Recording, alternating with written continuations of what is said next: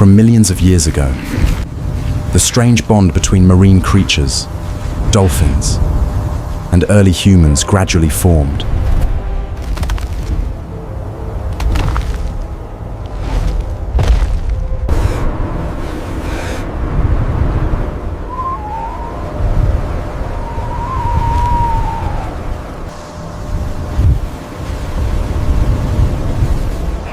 The world was locked in an ice age cycle. Massive ice sheets weighed down the northern continents, pulling vast amounts of water from the oceans. The global sea level dropped, revealing vast areas of land and land bridges.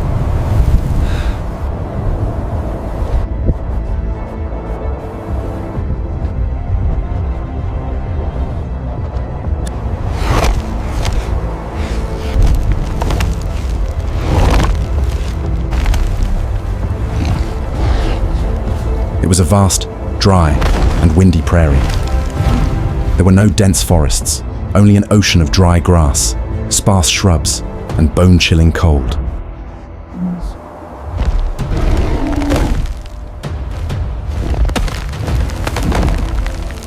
In this harsh world, the rule of life was determined by size. It was the era of megafauna, extraordinary giant creatures, such as the giant ground sloth, dominated the landscape.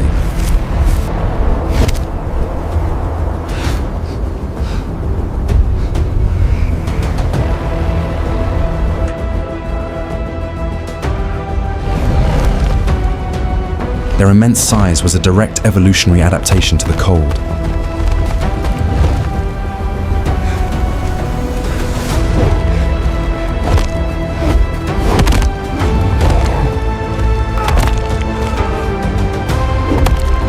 The only advantage humans had when facing these creatures was their incredible endurance, allowing them to pursue prey over long distances, and their complex ability to cooperate.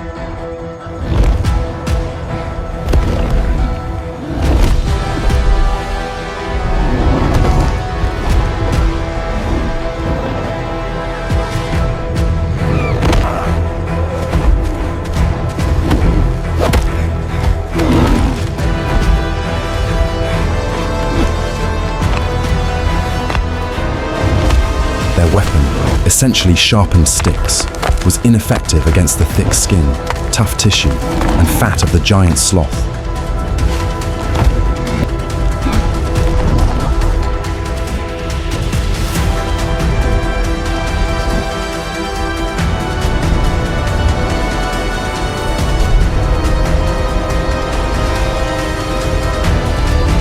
This failure was not an accident, it was an ecological reality. The human tribe was in an evolutionary dead end. They were hunting prey that their tools could not conquer.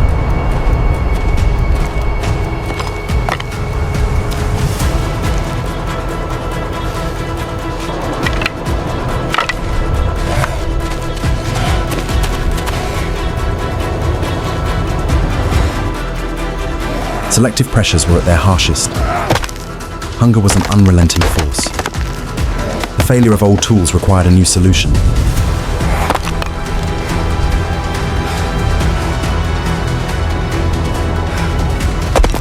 Flint, hornstone, or chert, rocks with a microcrystalline structure, possessed a unique property. When struck, they break with a shell-like fracture or conchoidal fracture.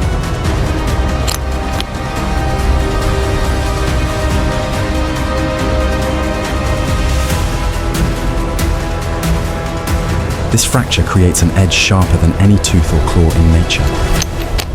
It was a potential blade, one of the most crucial cognitive sparks in human history.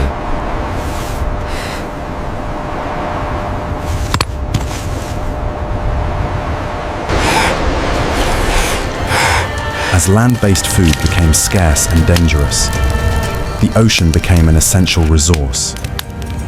The intertidal zone, the area revealed when the tide receded, was one of the most energy-rich and reliable ecosystems on the planet.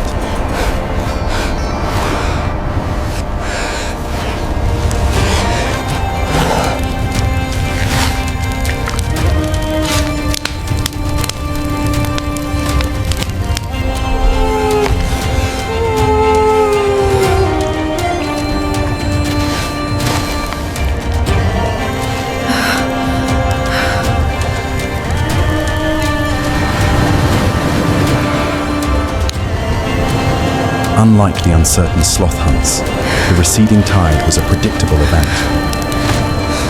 It left behind a feast of mollusks, crabs, and seaweed.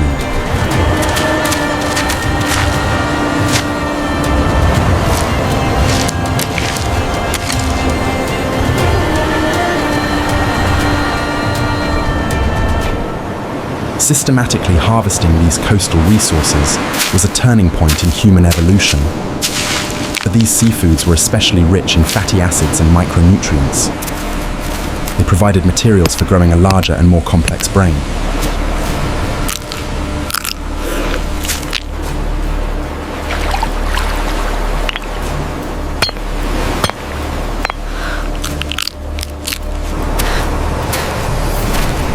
However, the shallow waters were also the frontier of an entirely different world. Marine mammals had evolved along a separate path for tens of millions of years. These ancient dolphins belonged to a long evolutionary branch. Their brains had evolved strongly in areas handling sound and emotion.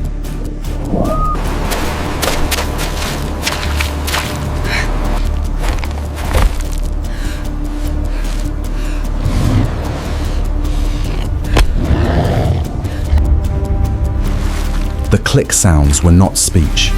They were one of the most sophisticated navigation systems in nature.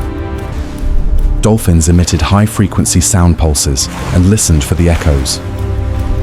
From these echoes, their brains built a three-dimensional image, so detailed that they could see the internal bone structure of a prey or a strange creature standing on the beach.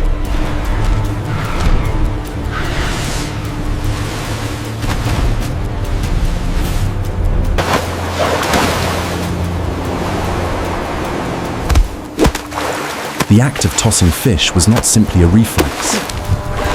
It was a manifestation of high intelligence.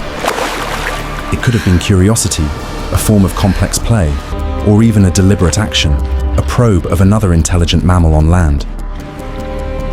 For humans, it was a perception-altering event. The ocean was not just a place for shellfish. It was also the home of another consciousness.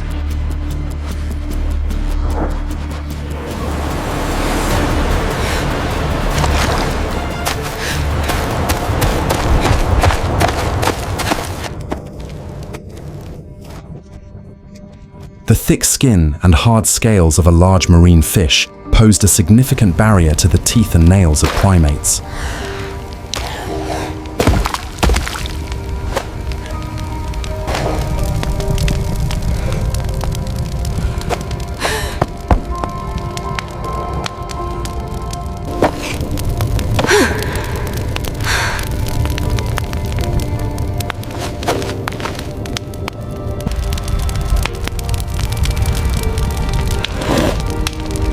They had food, but they could not access it. This was a classic tool processing problem. The wooden spear, designed for thrusting, was completely useless for cutting or slicing.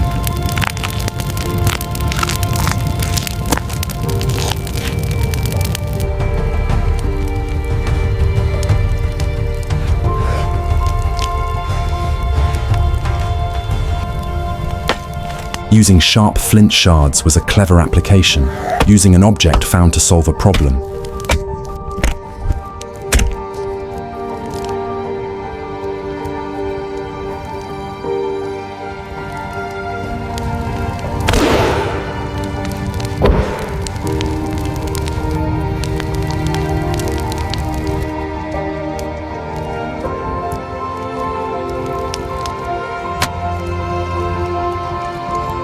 When they picked up a cobble, a hammerstone, and deliberately struck a flint core, a stone core, they were engaging in a systematic process called knapping. This required a series of complex cognitive skills.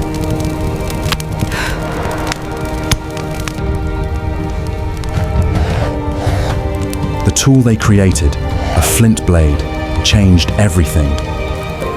It was the first knife.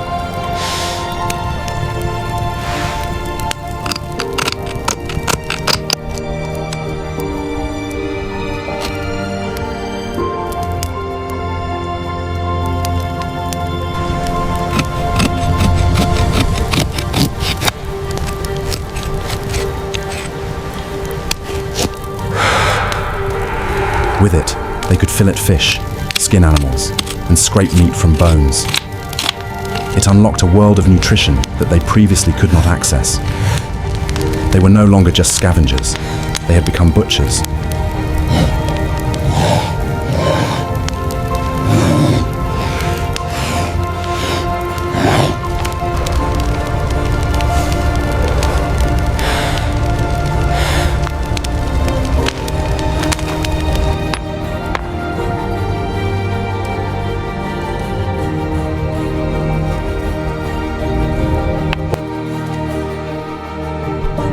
More importantly, this knowledge was now shared. They had repeated the action.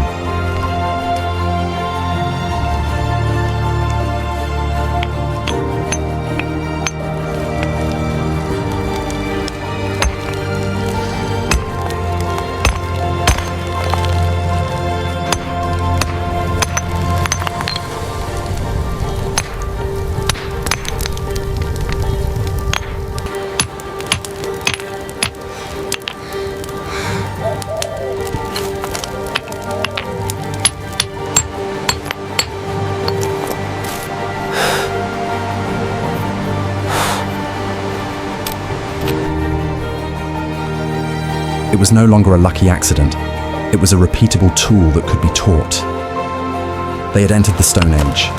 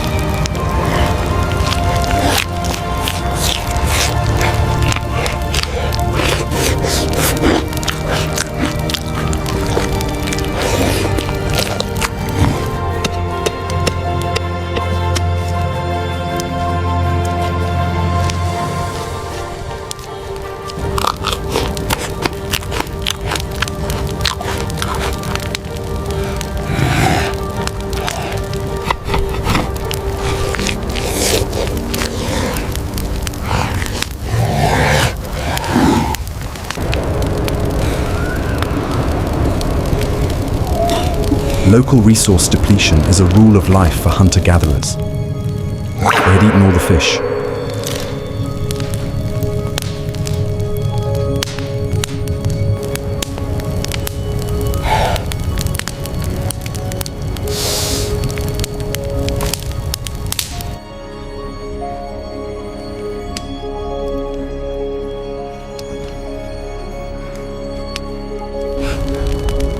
The intertidal zone had been stripped bare.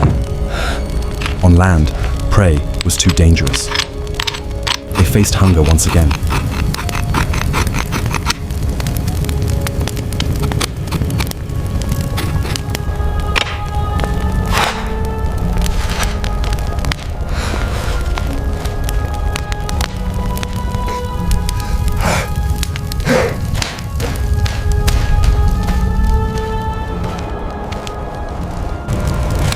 This time, the solution did not come from a new tool, but from a revolutionary idea: to cross boundaries.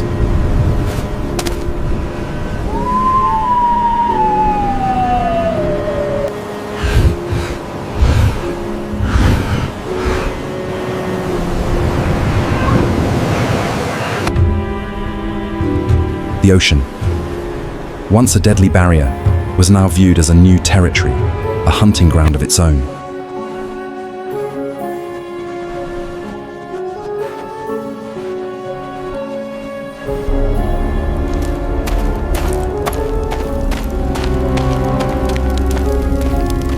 The idea of building a raft was an incredible testament to their planning ability. It required cooperation on a new scale.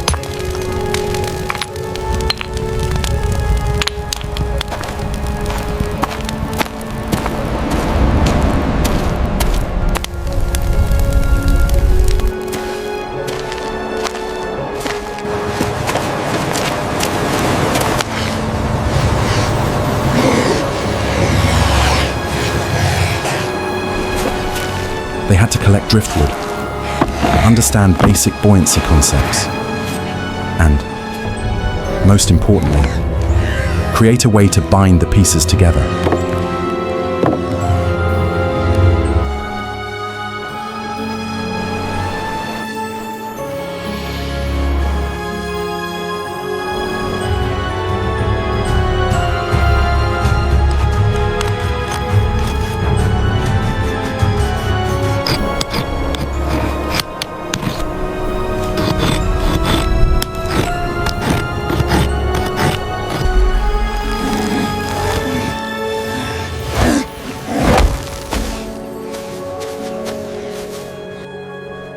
Vines, cut with their new stone tools, became the binding agents.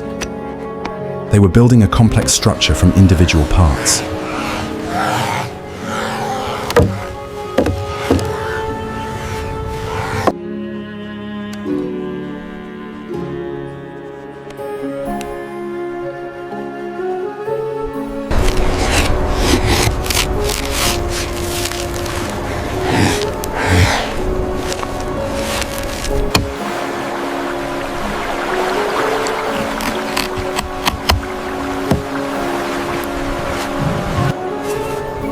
They created a composite tool by attaching a sharp flint point carefully knapped to a wooden shaft.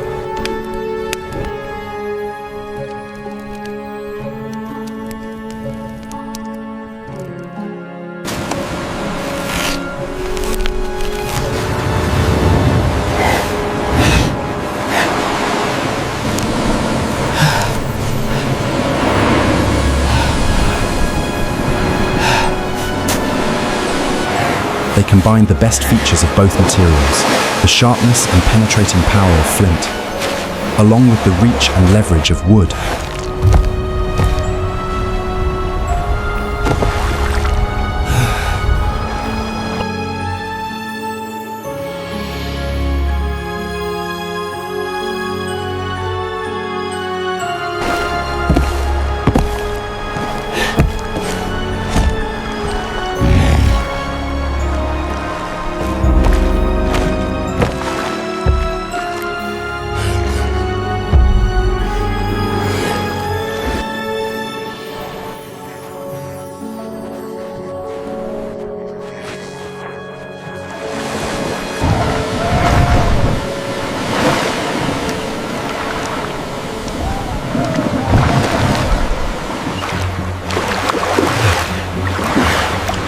The raft was a tool achievement, but it was a prototype.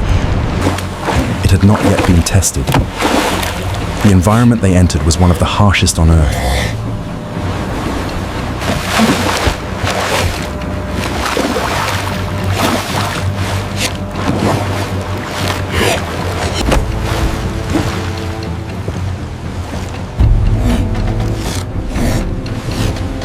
The climate of the Ice Age was not only cold, it was extremely unstable. The huge temperature differences between massive ice sheets and relatively warm ocean currents created storm systems of unimaginable power.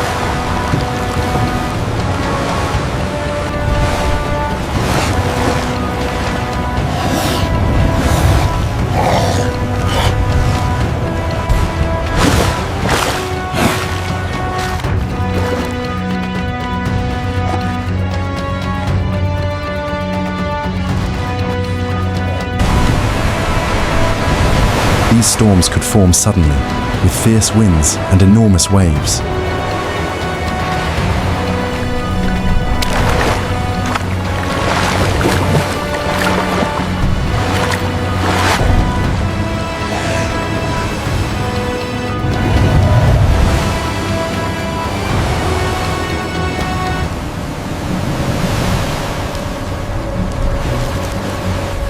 These land primates were completely unprepared for that. Their bodies were designed to run on the prairie, not to swim. They had no insulating fat. They could not hold their breath for long.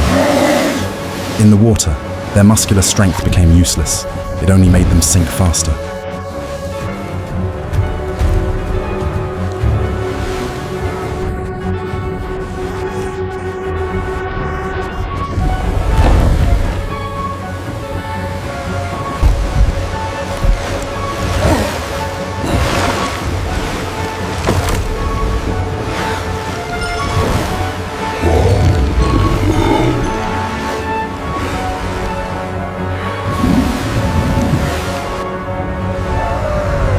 The destruction of the raft was a brutal lesson in technique. The vine bindings, strong on land, could not withstand the forces of tearing and twisting from the ocean waves. The structure broke apart.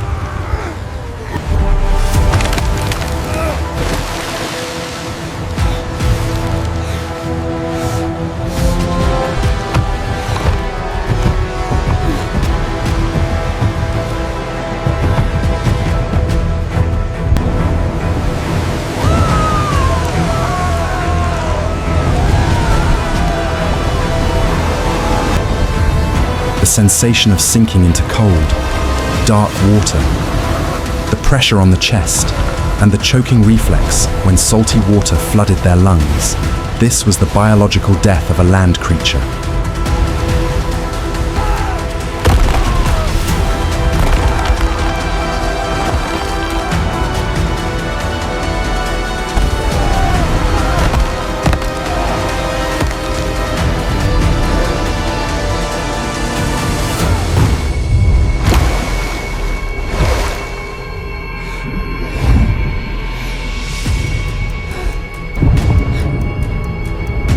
All their tools, all their intelligence, failed. They had exceeded their adaptive limits, and the consequences were absolute. They were completely helpless, sinking into a world they did not belong to.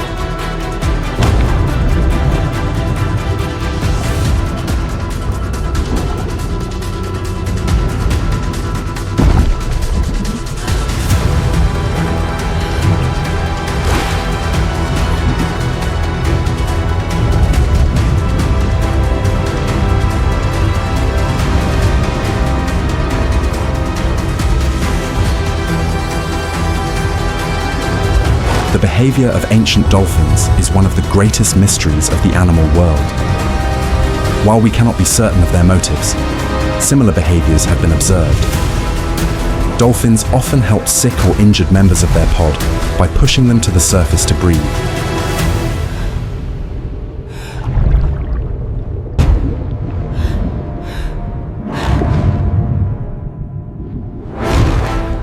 This is an instinct that has become deeply embedded in their nervous system, a part of their brain designed to maintain pod cohesion.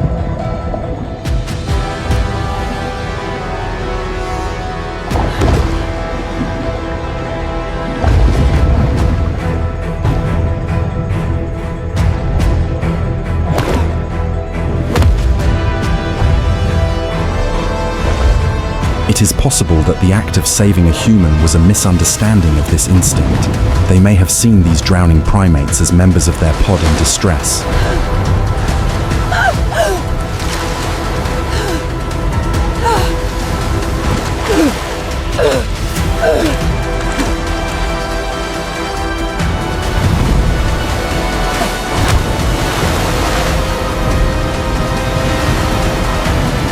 Or it could have been a conscious act of curiosity.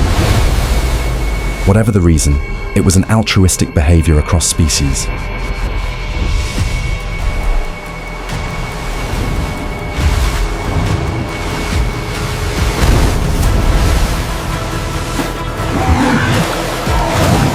This interaction was an extraordinary moment.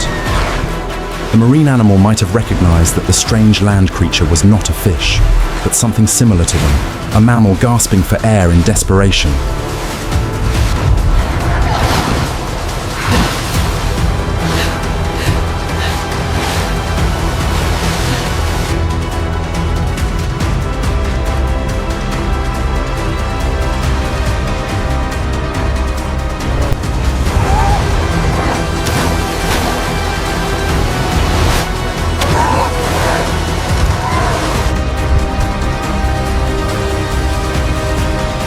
The ancient marine environment was ruled by apex predators, honed by millions of years of evolution.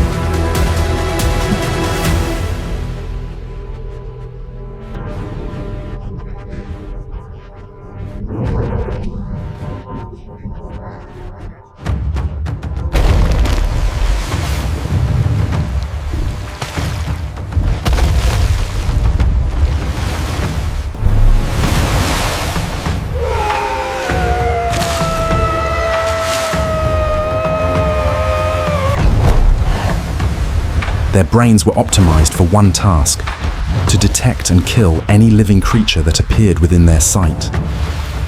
Faced with such overwhelming power, a direct confrontation was suicide.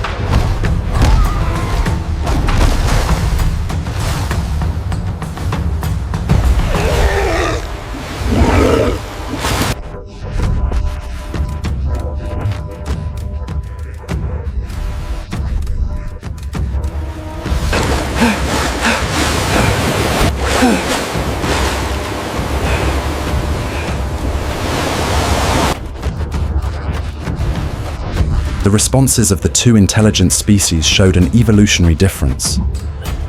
Dolphins immediately demonstrated collective defensive behavior. They formed a protective circle, communicating with each other to shield the weaker members.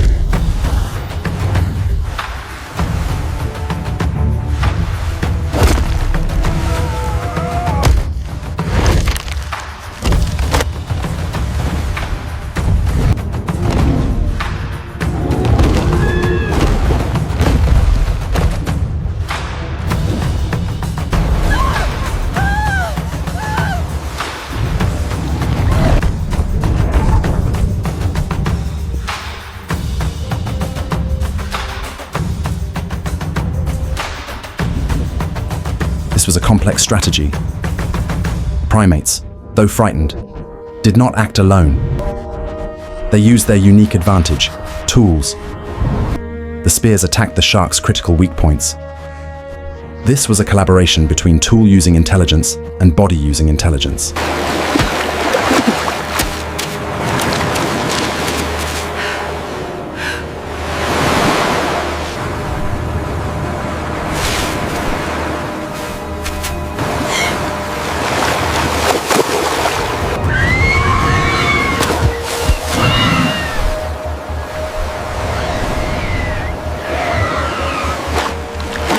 Instead of fleeing, the humans stayed. They observed the dolphin's wound.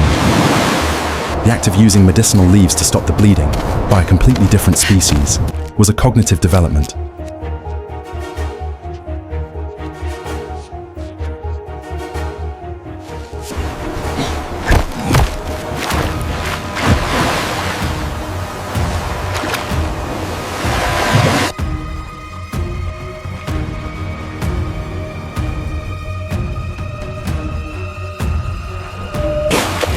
Demonstrated an understanding of cause and effect, the ability to empathize across species, and an awareness of exchange. The relationship had shifted from a mere rescue to a conscious alliance.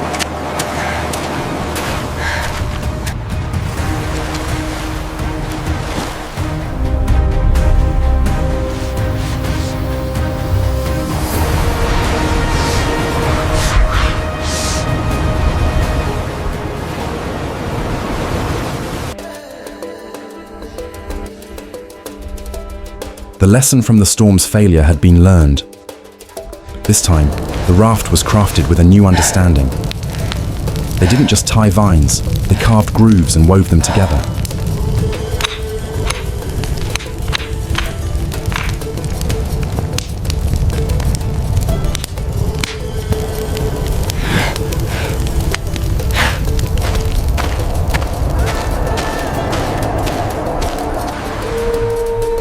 This was a repeatable design, a true technical process. They had learned, and they had adapted their tools.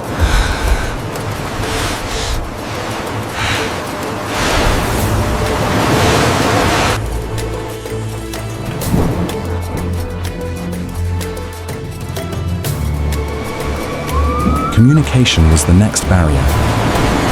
They could not speak the language of dolphins, but they were a species with sharp observational abilities. They mimicked a physical action, the tail slap on the water, a sound signal dolphins used to communicate within their pod.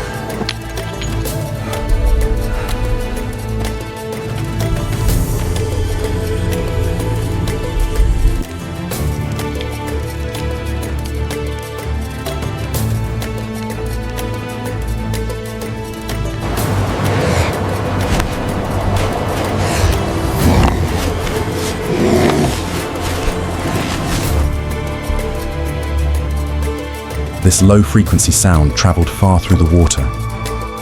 It was a conscious effort to bridge communication between the two species, and it worked.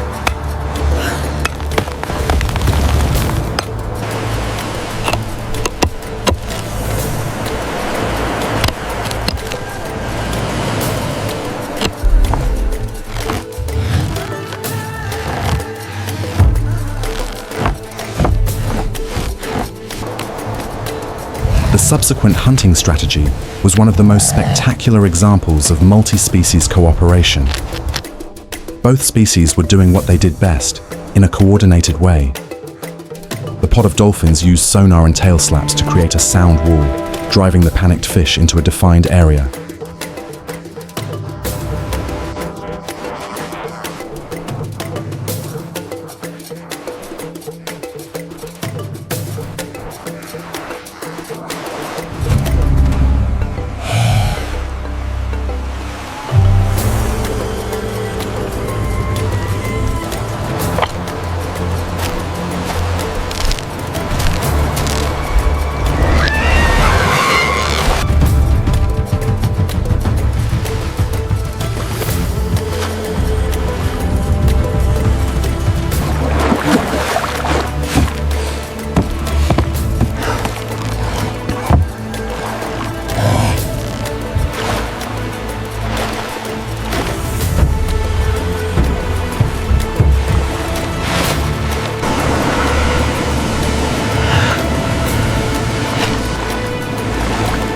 Humans, on their stable raft, acted as a static barrier.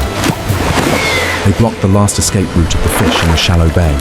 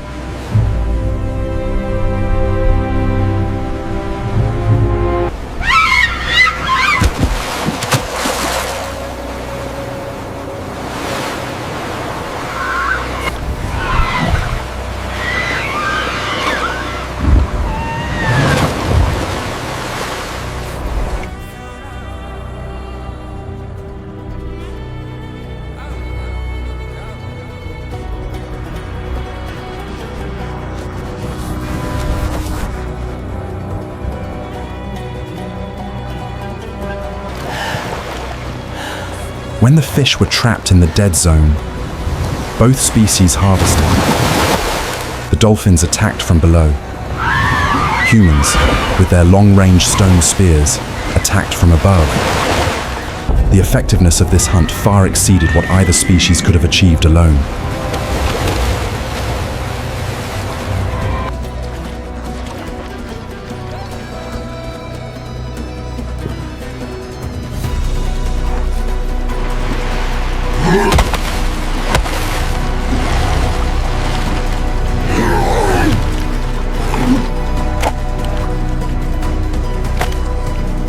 The act of throwing the largest fish back was a confirmation of the agreement. It was an acknowledgement of cooperation. The relationship was no longer a chance rescue. It had become a mutually supportive alliance. For the human tribe, this meant the end of hunger. They had unlocked the near-endless energy of the ocean.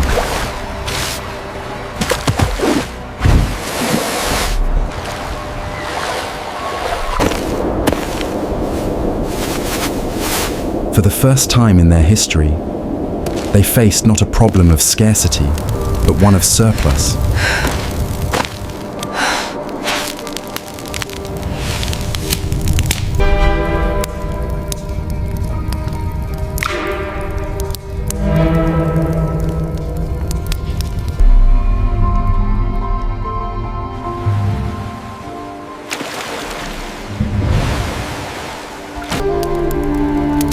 successful hunt had provided a bountiful food supply. Hunger had been solved. Now the issue was decay.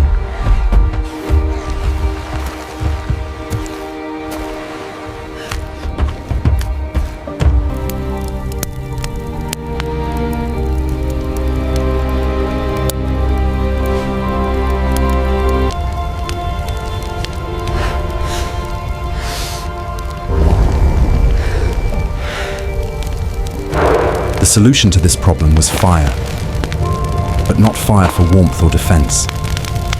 This was fire with the purpose of food preservation.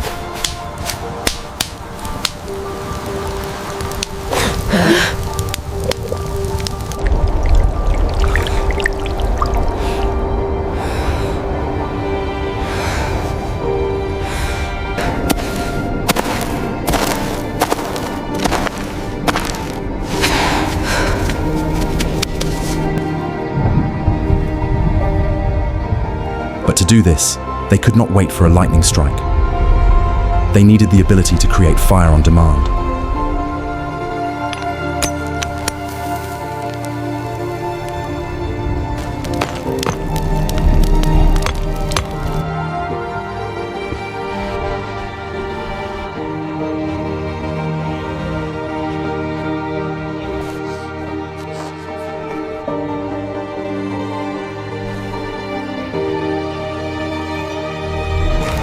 They had seen sparks when knapping flint.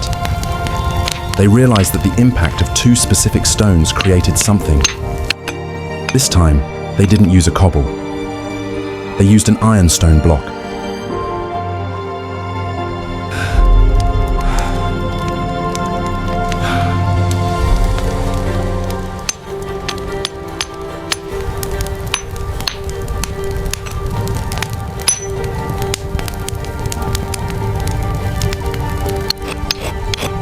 When flint, a form of silica, struck ironstone, the sharp edge of the flint scraped off tiny iron particles. Friction and impact heated these iron fragments to the point where they ignited in the air.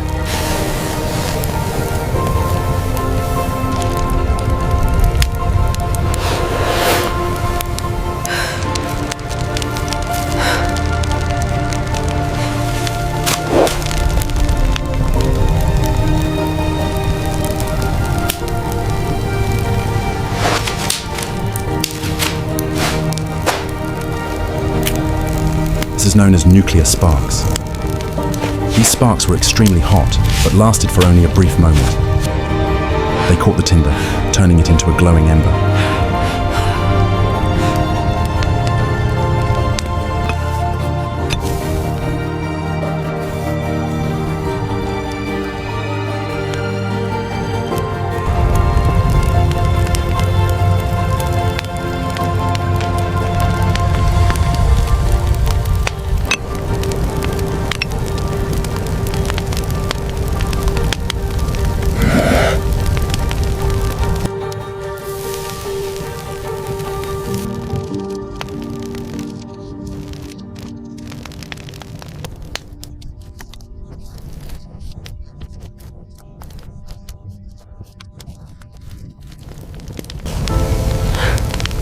The cave had changed.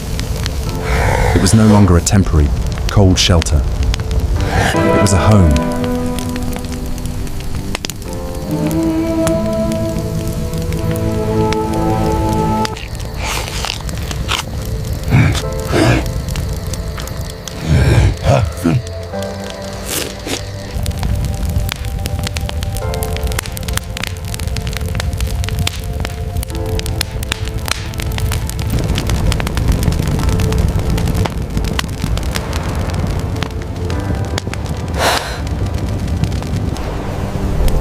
There was a campfire, there was safety, and there was food storage. For the first time, their minds were not entirely driven by the immediate need for survival. They had free time.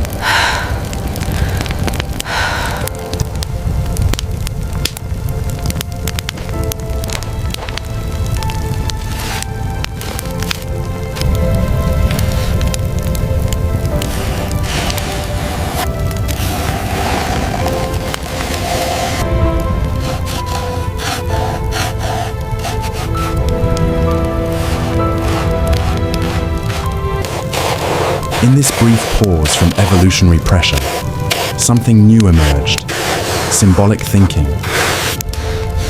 The act of drawing on the cave wall was the beginning of written language.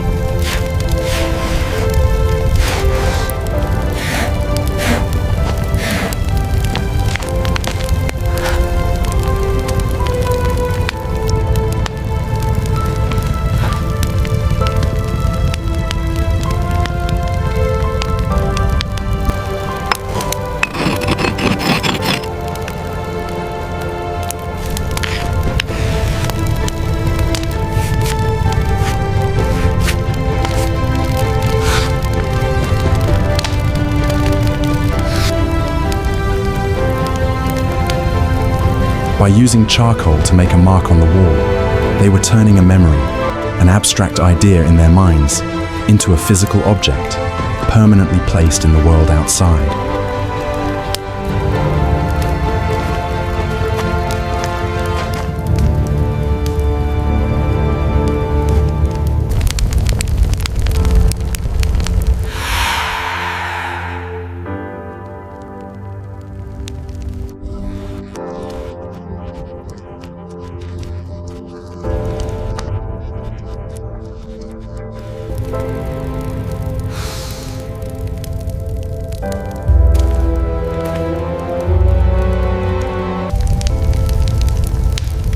The story of their alliance, their tools, and their survival had now become immortal.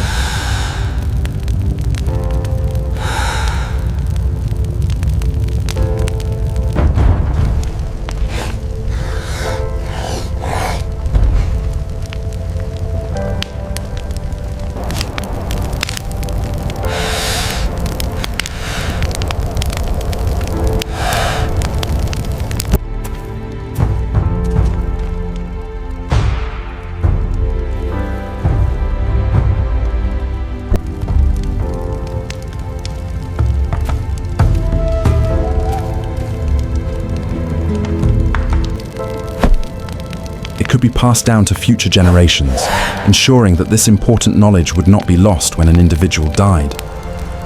They were no longer merely surviving, they had begun to build a culture.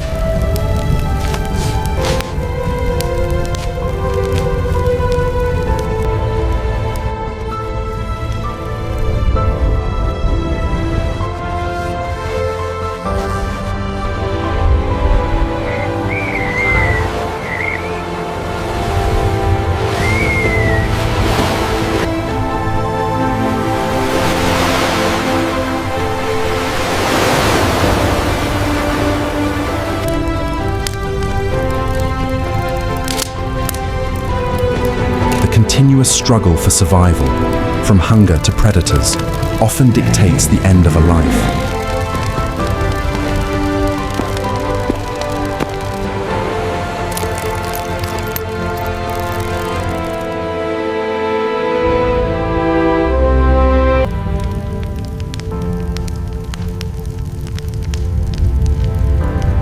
Death almost always arrives suddenly: a pounce, a fall, an infected wound.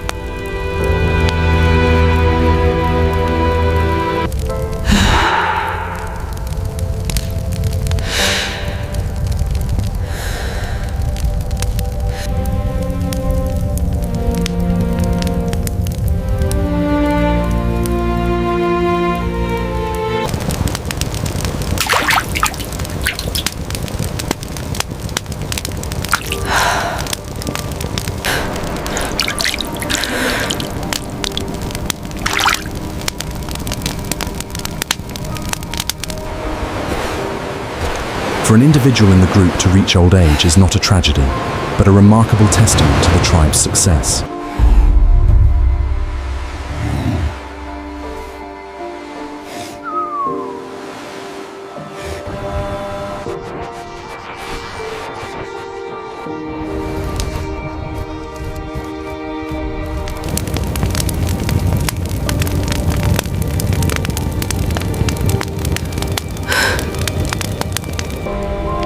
It means they have defeated hunger, escaped predators, and endured the cold long enough for the natural cycle to complete. Yet the death of an elder is also a catastrophe of information.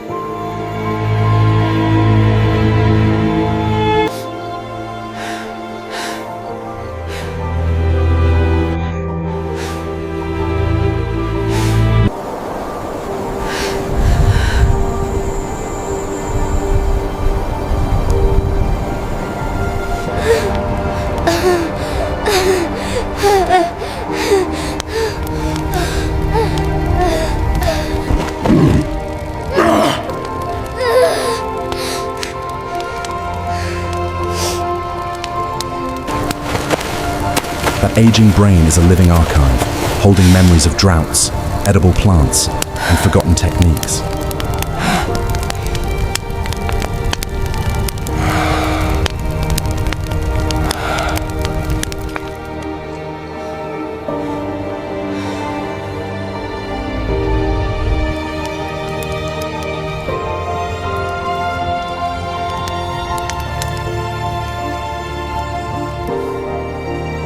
This irreplaceable loss of experience creates a new selective pressure, the urgent need to store knowledge somewhere beyond a mortal brain.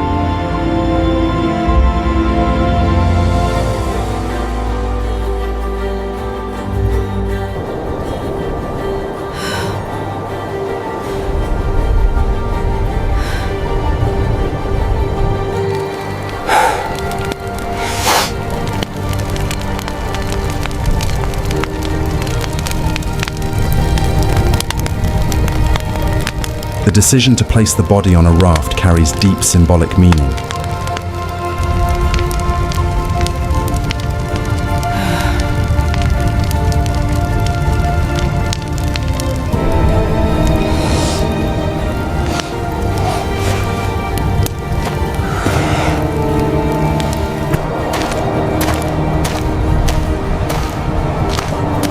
The raft, once a vessel of life, now becomes a ship for the final journey.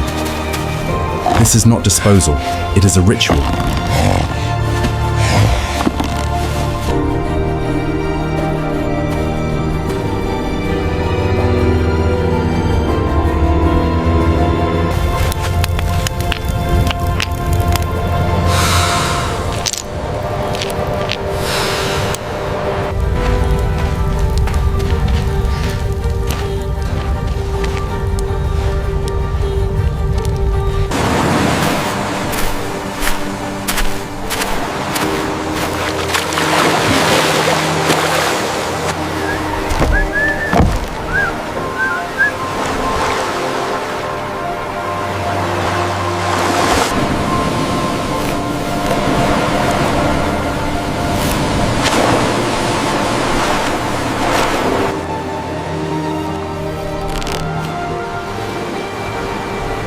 The use of red ochre, the color of blood, the color of life, to paint the dead face is deliberate.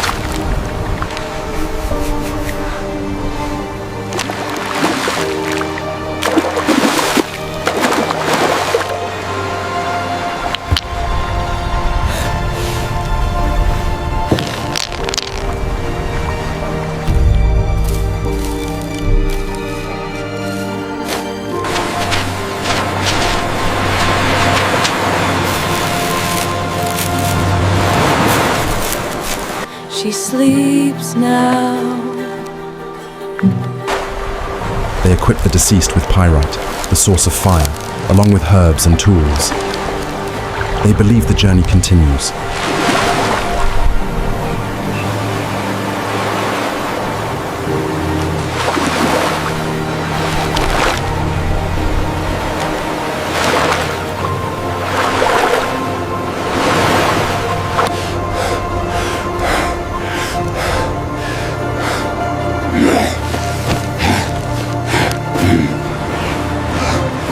They are providing the elder with tools for another world, another life.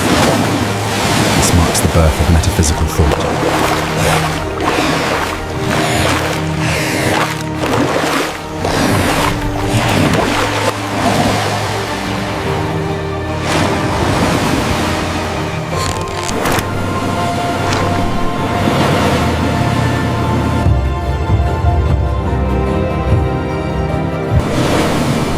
Entrust the elder's spirit to the ocean. A symbolic cycle of life, death, and rebirth is established.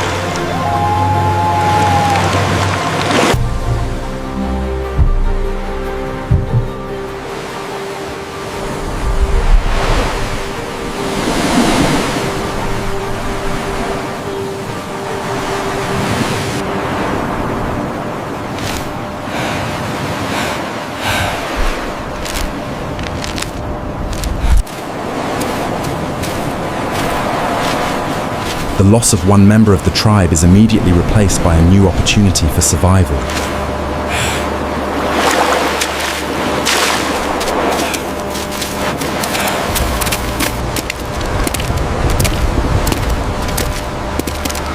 The ocean offers not only fish, but also acts as a vast natural trap. The intertidal zones, shifting with the tides, often trap large marine animals.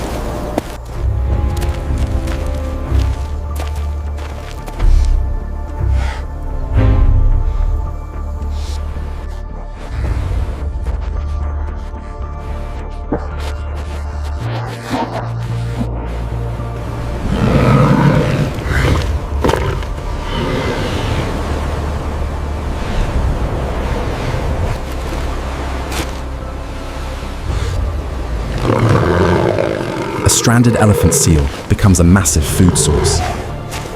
At sea, it is a formidable predator. But on land, it is slow and clumsy. This hunt completely reverses the dynamics of the ground sloth hunt. This time, risk is minimal and reward is immense.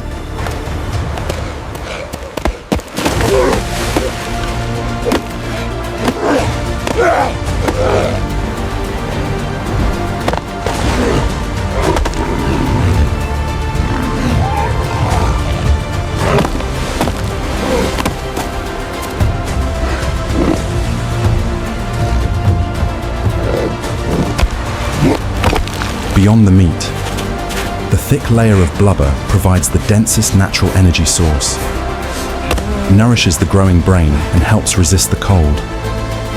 The stone-tipped spear, originally designed for fishing, now proves lethally effective on large prey, piercing through thick hide and fat with ease, something a wooden spear could never do.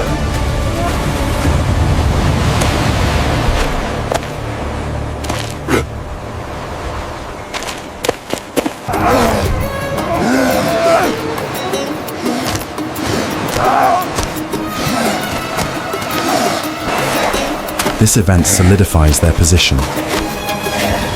They are no longer mere coastal foragers. They have become opportunistic hunters. The fear of hunger is once again pushed back.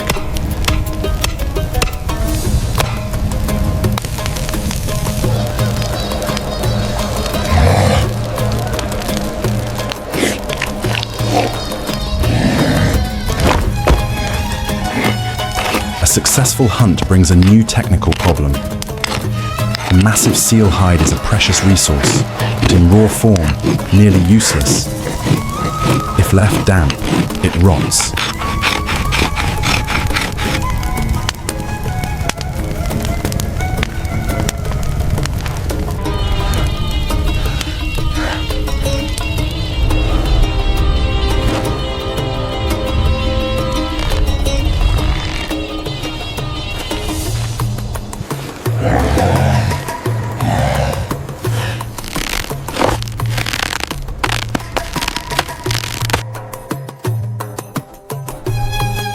Dried, it shrinks and bonds irreversibly, turning into a stiff, brittle material like thin wood.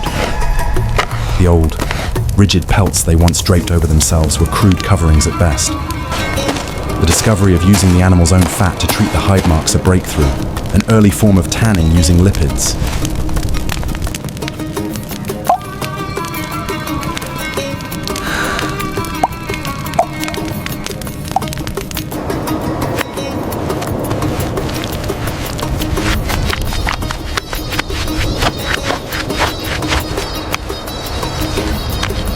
When the fat is rubbed and worked into the hide's fibers, it prevents them from sticking together when dry.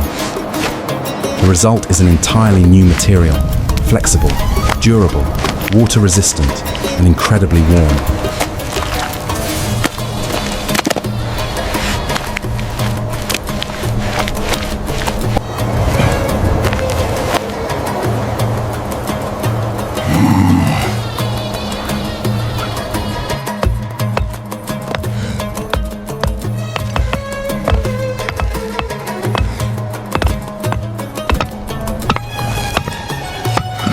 It is no longer raw hide, it is tanned leather. They have invented the first artificial material, one that will become the foundation for their next creation, true clothing.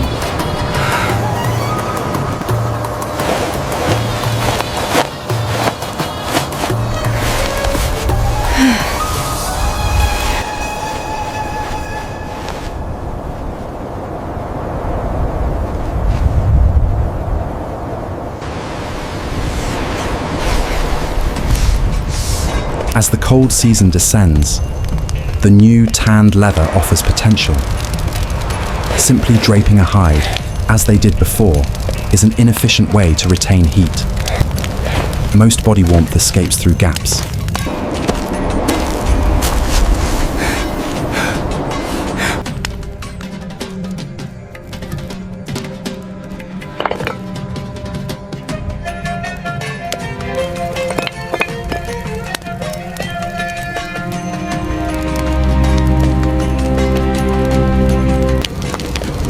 To truly conquer the cold, they need a second skin, a sealed layer that fits closely to the body.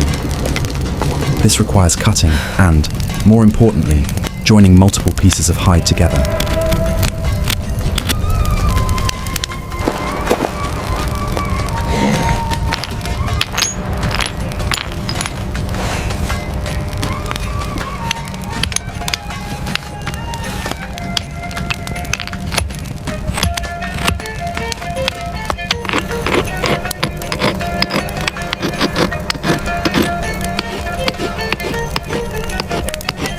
A remarkable innovation. They have sinew for thread and stone blades for cutting, but they lack one vital tool, something small and sharp enough to pierce tough hide and pull thread through.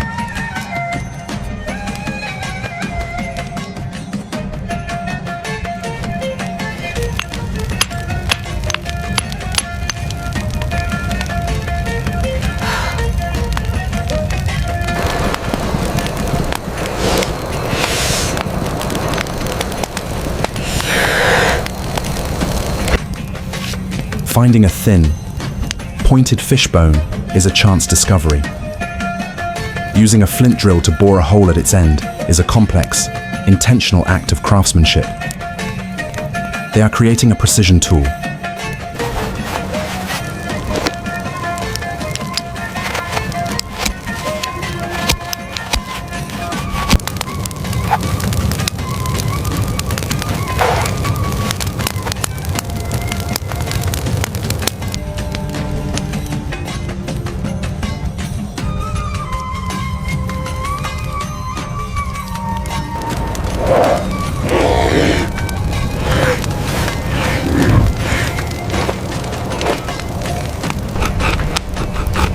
The bone needle is one of humanity's most important inventions.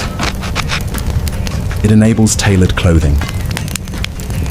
Now they can craft fitted tunics, fur-lined boots, and gloves.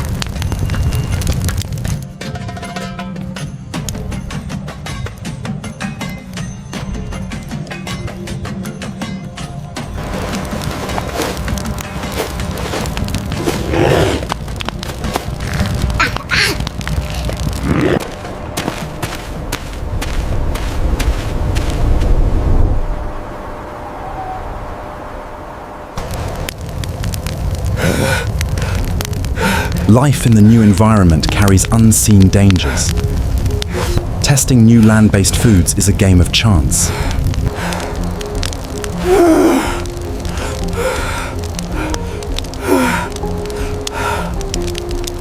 A desperate hunger led him to the purple berries. Now, the shaman struggles to save the hunter from their poison. When one member is poisoned, the hunter's old memory resurfaces, a vision of a bear, another omnivore, eating a specific plant. This phenomenon, called zoopharmacognosy,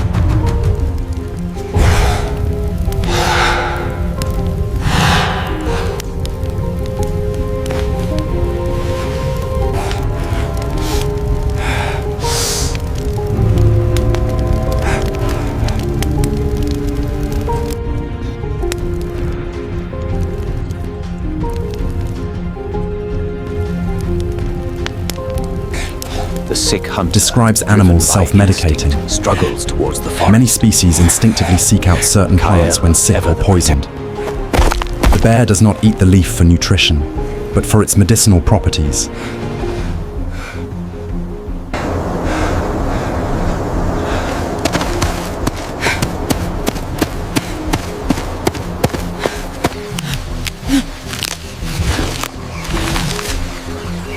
The woman's act, crushing the leaves to extract juice and forcing it down the victim's throat, is an experiment. She is applying a hypothesis. What cured the bear might cure the man. The result, violent vomiting, is the antidote.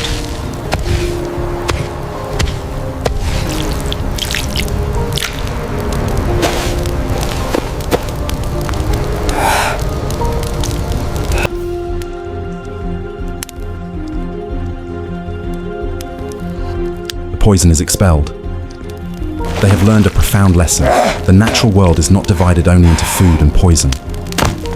There exists a third, far more complex category, medicine. The awareness of healing plants has begun.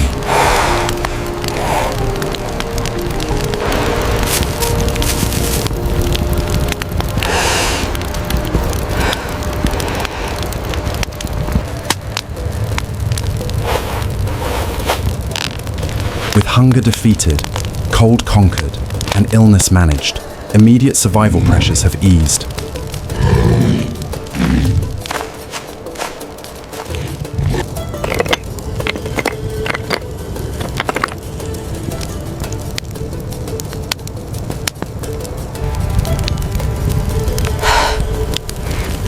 A new need emerges: social identity. When everyone wears the same leather clothing, individuality fades.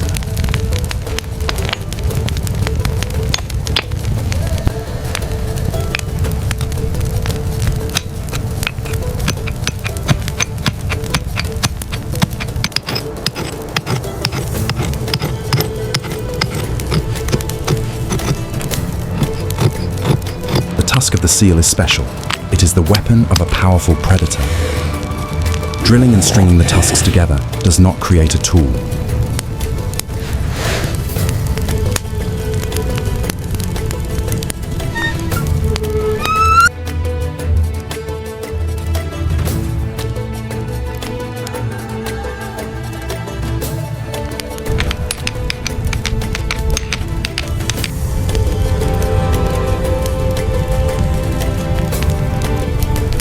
It serves no practical purpose. Its function is purely symbolic. When worn around the neck, the tusk necklace becomes a visual signal, a form of non-verbal communication.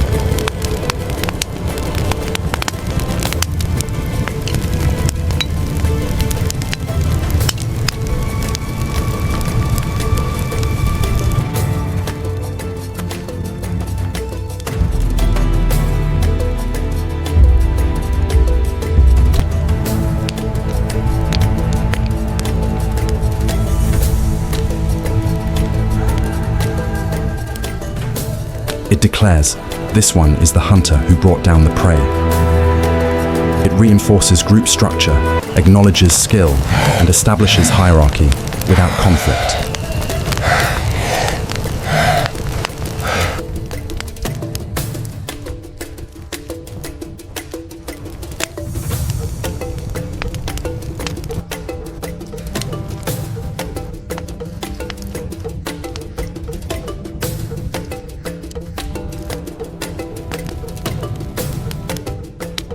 Conquering cold with clothing and hunger with cooperative hunting grants them safety within the cave. But one passive enemy remains: darkness.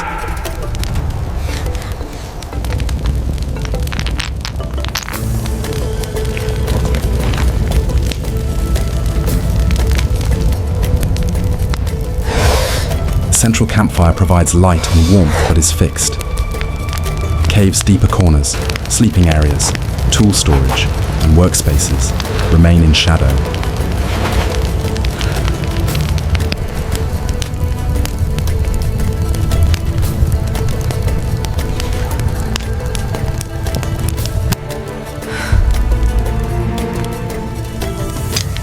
Their day is bound by sunlight. Using abundant seal fat as fuel is a logical step, but controlling the flame requires a system.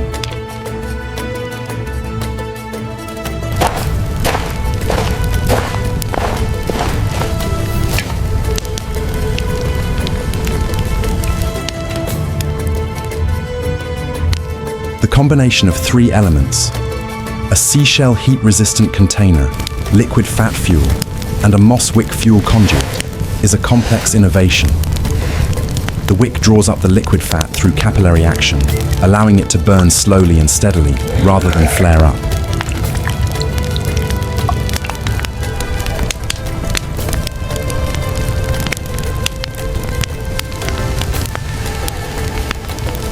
The seal fat lamp is the invention of portable light. For the first time, they can bring fire wherever they wish, into any corner. They are now free from the tyranny of day and night, able to craft, sew, and create deep into the night. They have truly mastered their cave world.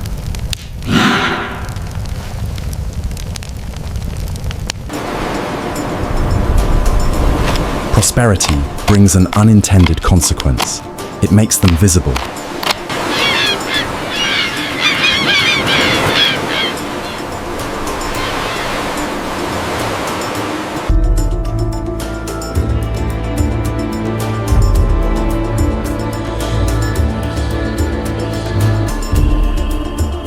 A distant column of smoke on the plain is an alarming signal.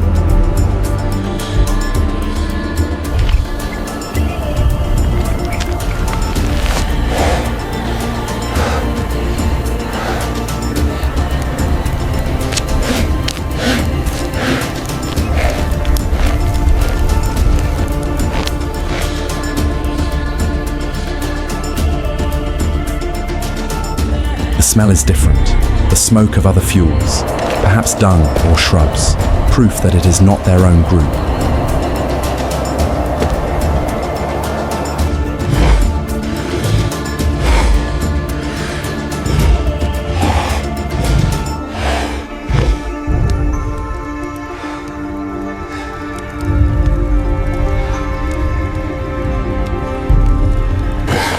Their greatest threat is no longer the saber-toothed cat or the cold. The greatest threat is their own kind. The selective pressure of intergroup conflict has begun.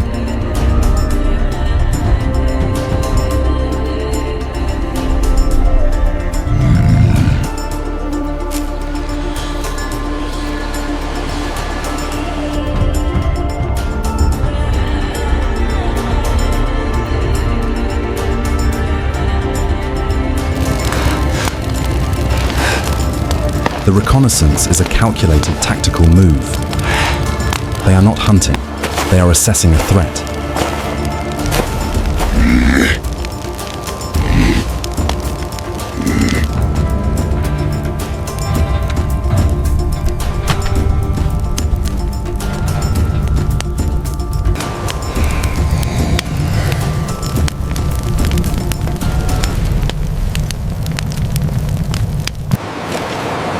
What they observe is a reflection of their past selves. The strangers are thin, hungry. Their clothing is crude, stiff hides loosely draped.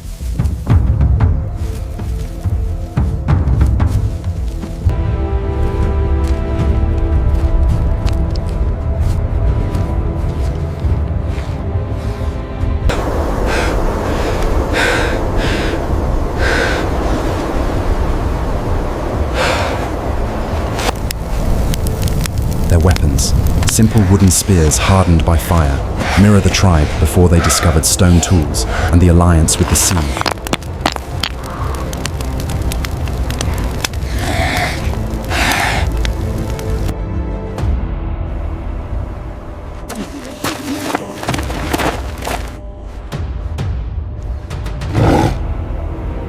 The technological gap is absolute. The confrontation requires no violence. It is decided instantly by the display of tools.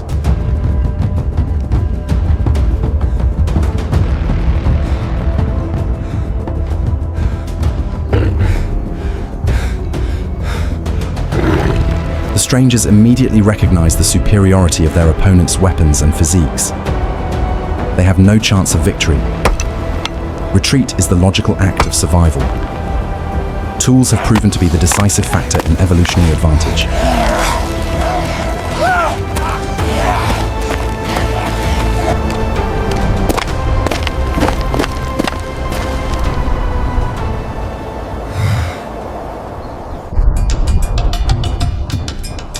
Victory in the encounter brings no peace. It confirms a constant threat.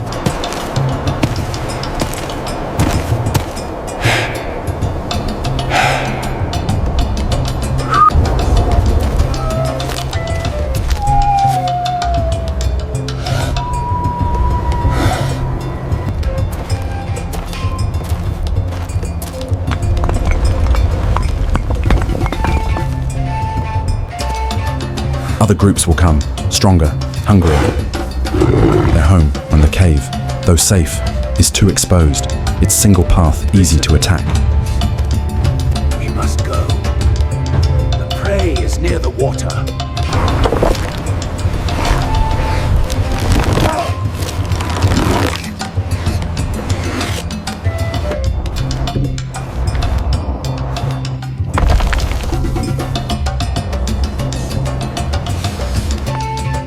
Their response is not to flee or hide, it is technical.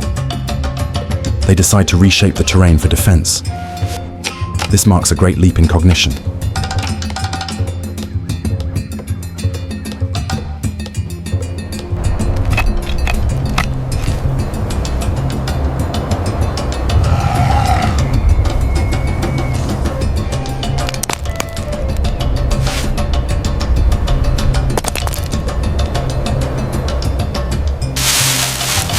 They are not merely thinking about the next hunt. They are planning for future wars. They are predicting enemy behavior and engineering defensive systems. The cave has officially become a fortress.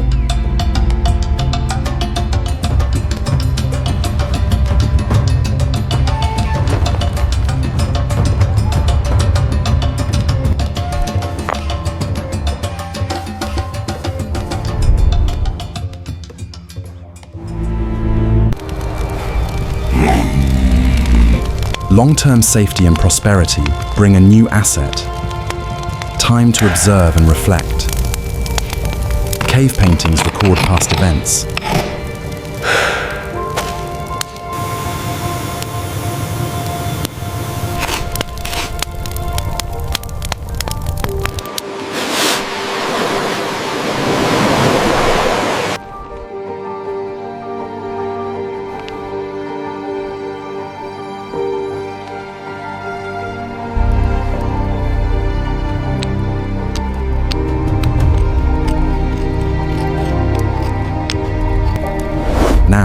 A new need arises to predict the future.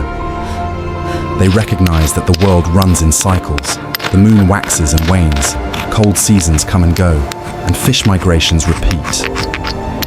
These are abstract laws.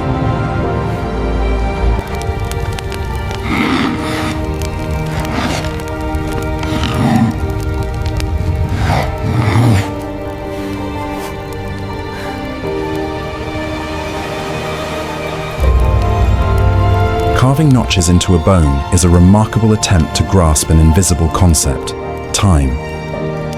Each mark is a recorded unit, a day, a lunar phase.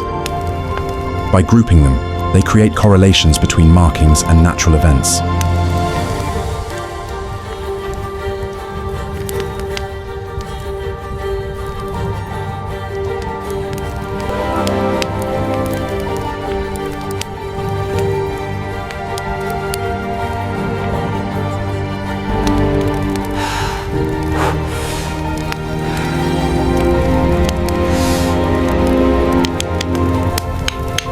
With it, they can predict when winter begins, when to store food, and when the dolphins will return. They have moved from reacting to nature to planning ahead. They have begun to master time.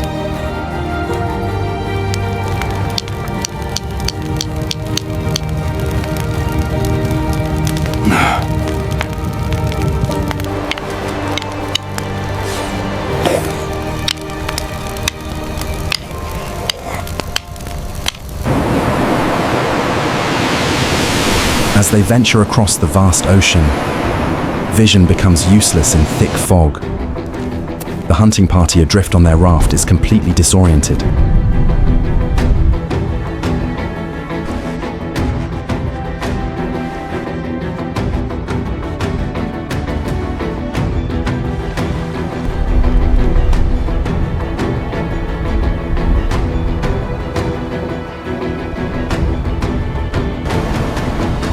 Human voices are too weak, their high frequencies absorbed by moisture and drowned by waves. The nacre shell, with its spiral shape and central opening, is a perfect instrument.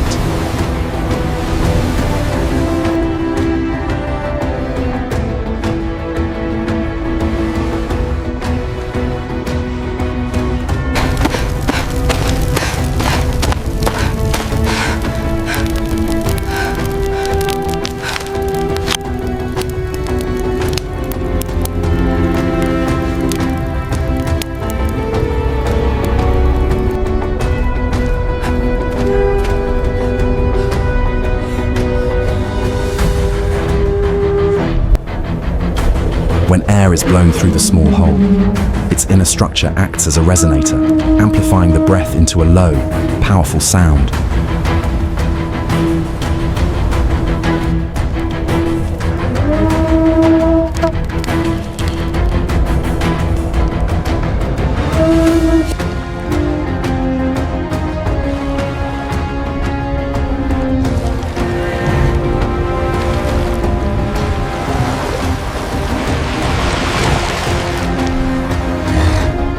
Low-frequency sounds penetrate fog and travel far across water.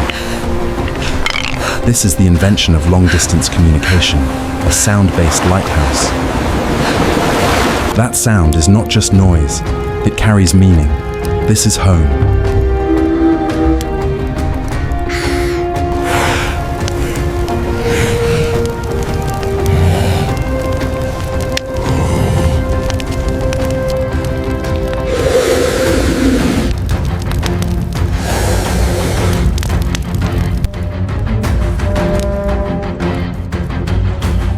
It allows the hunters to navigate without sight, saving them from certain death.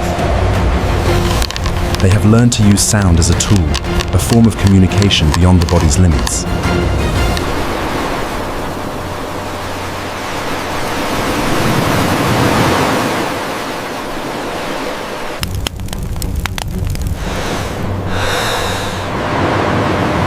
The Ice Age world is one of violent geological change. The immense weight of glaciers compresses the Earth's crust. When ice melts or shifts, pressure is released, triggering earthquakes.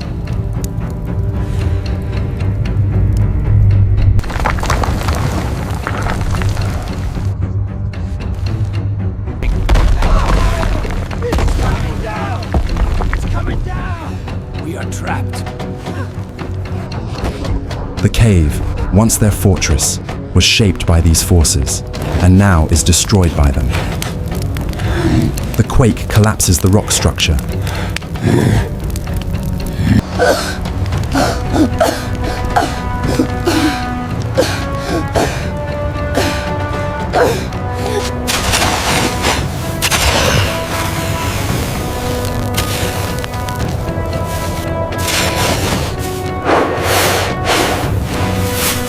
Their own trapstones seal the only exit. In an instant, their fortress becomes a tomb.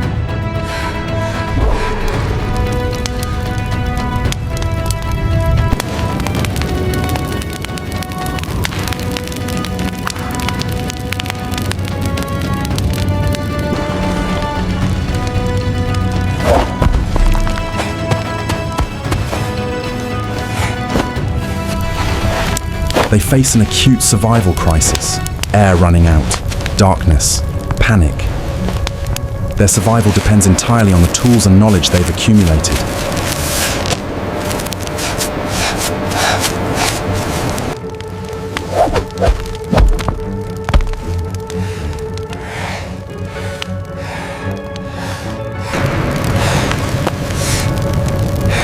Most crucially, the skill of rope making, a complex technique combining materials like hide, sinew, and vines, creates a new tool strong and long enough to bear human weight.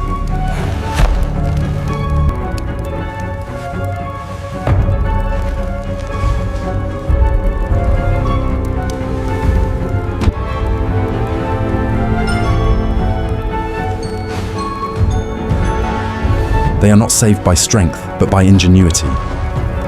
The rope, a product of intelligence and craftsmanship, rescues them from local extinction.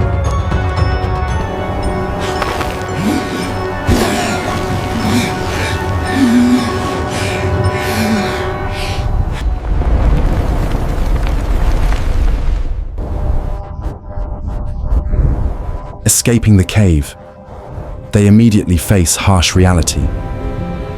Though they survived the collapse, they are now exposed to the Ice Age's freezing rain and wind.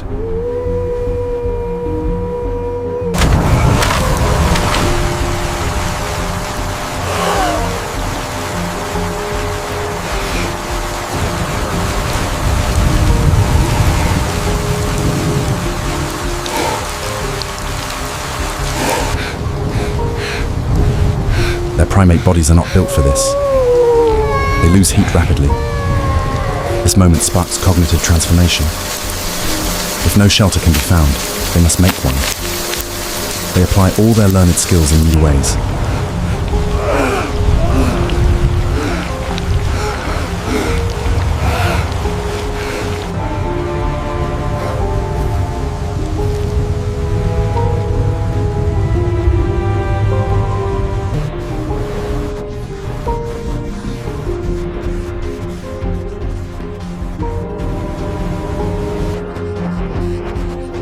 Driftwood becomes a supporting frame, a structural concept. They use binding and weaving techniques to secure it.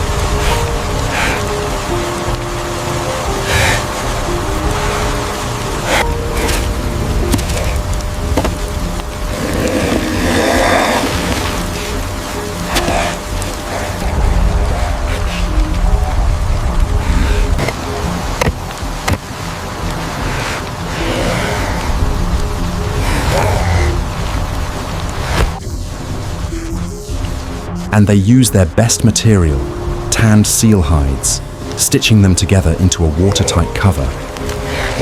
The result is an artificial structure, the first house.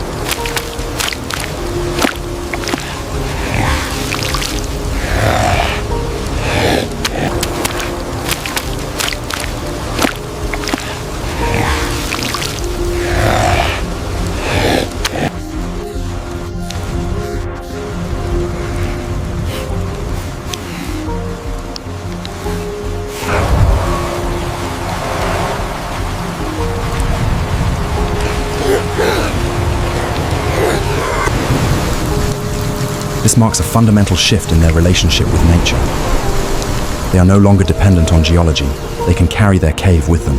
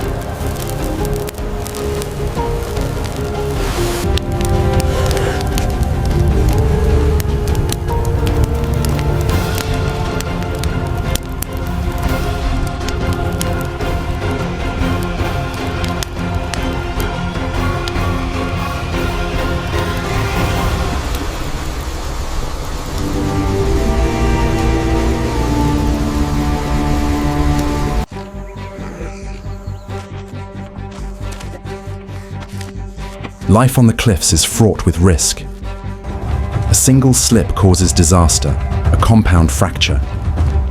In harsh survival logic, an immobile hunter is a burden, consuming resources without contributing.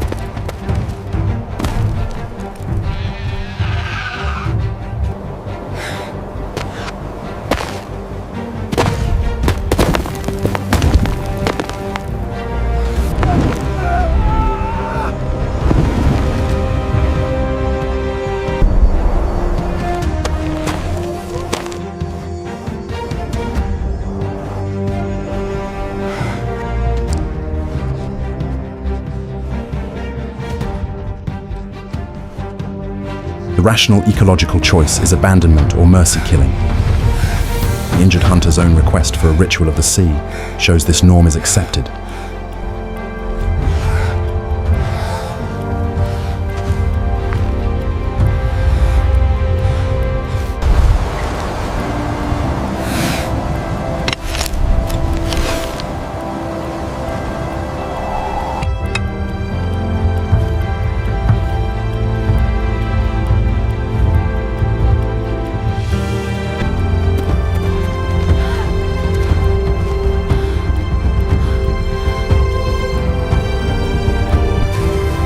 The mother's intervention defies that logic. It is driven by attachment, compassion. They not only apply leaves, they realign the bone.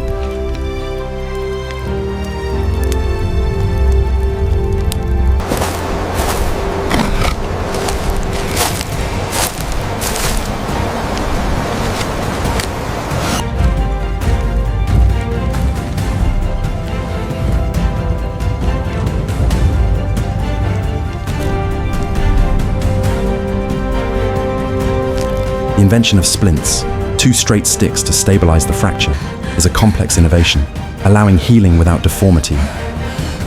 Compassion triumphs over cold pragmatism. The tribe chooses care for the individual over the collective's immediate gain.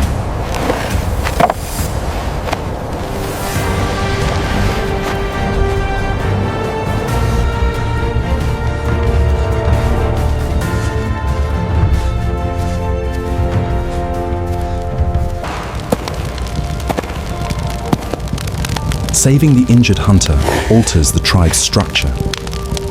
Now, some members cannot hunt but can perform vital tasks.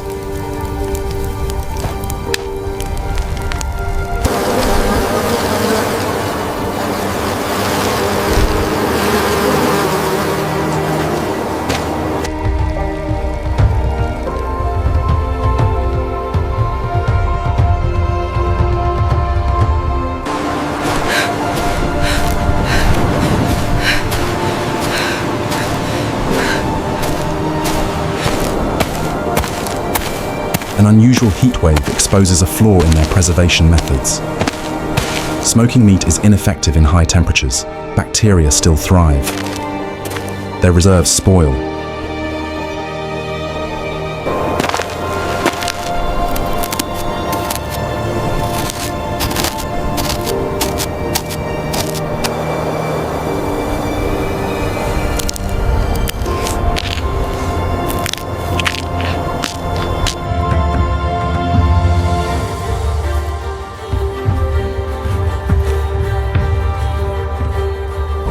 Discovery in a dried tidal pool changes everything. The white crust is crystallized sea salt.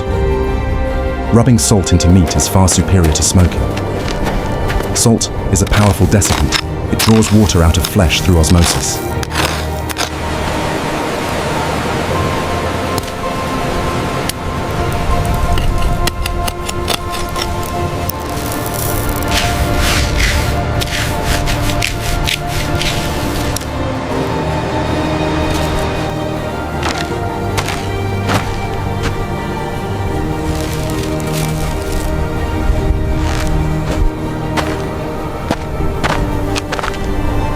More importantly, it draws moisture out of bacterial cells, killing them. Salt prevents decay at the microbial level. Now, they can preserve food indefinitely through any season. They have achieved true food security.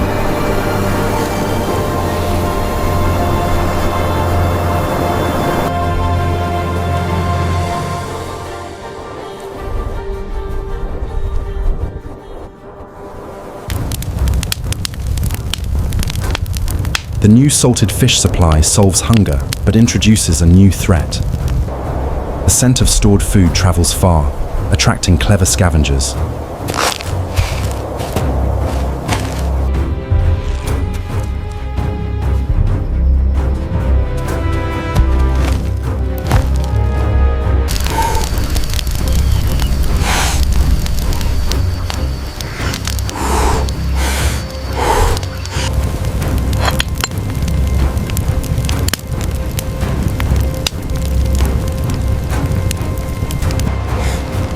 Unlike the saber-toothed cat, the cave hyena is a patient thief, stealing rather than fighting.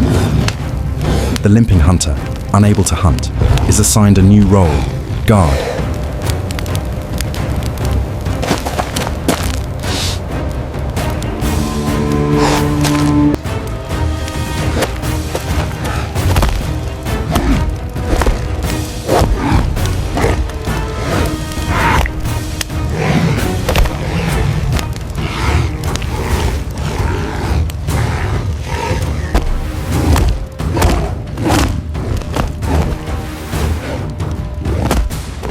The appearance of an injured wolf, a wounded predator cast out by its pack, creates a unique situation.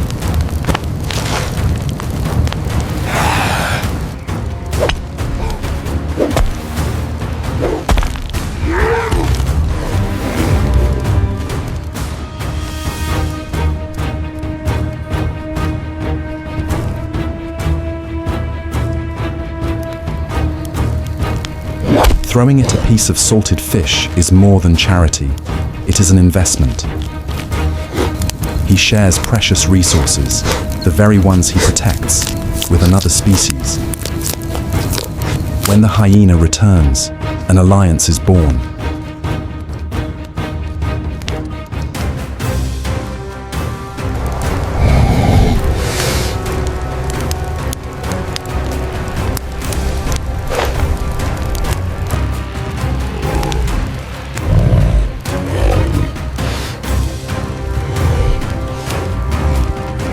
And so, the lame wolf finds his rest. Yet his... The wolf's superior senses act as an alarm system. In return, it receives food and safety within the firelight's edge. This is not domestication. It is voluntary cooperation between two intelligent predators. A mutually beneficial pact that begins the partnership that will shape both species' futures.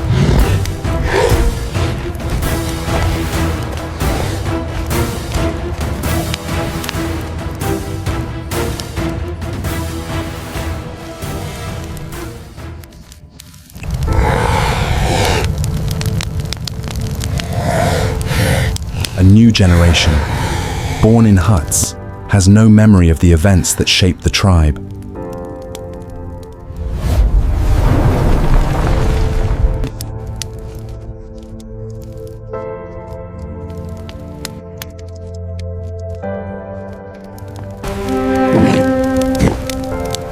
Stories once passed by speech and cave art are fading. The tribe's memory faces extinction. A fragment of mammoth ivory offers a new medium, durable, smooth, and portable.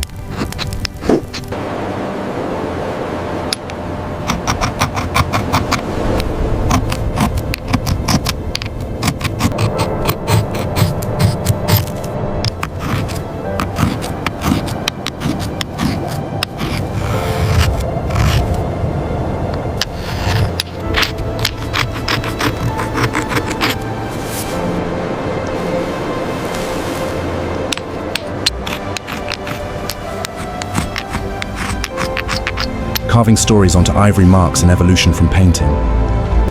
Engravings are permanent. They do not fade or wash away.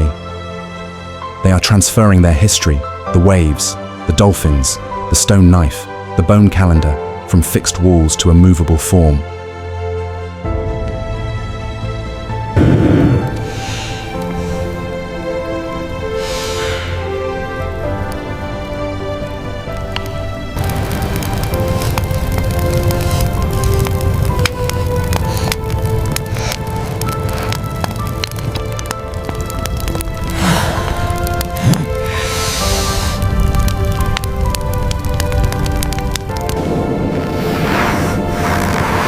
When a child traces the carved lines with their finger, the story is transmitted physically.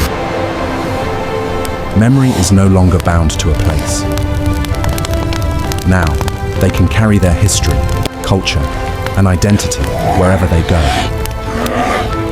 Knowledge has become immortal,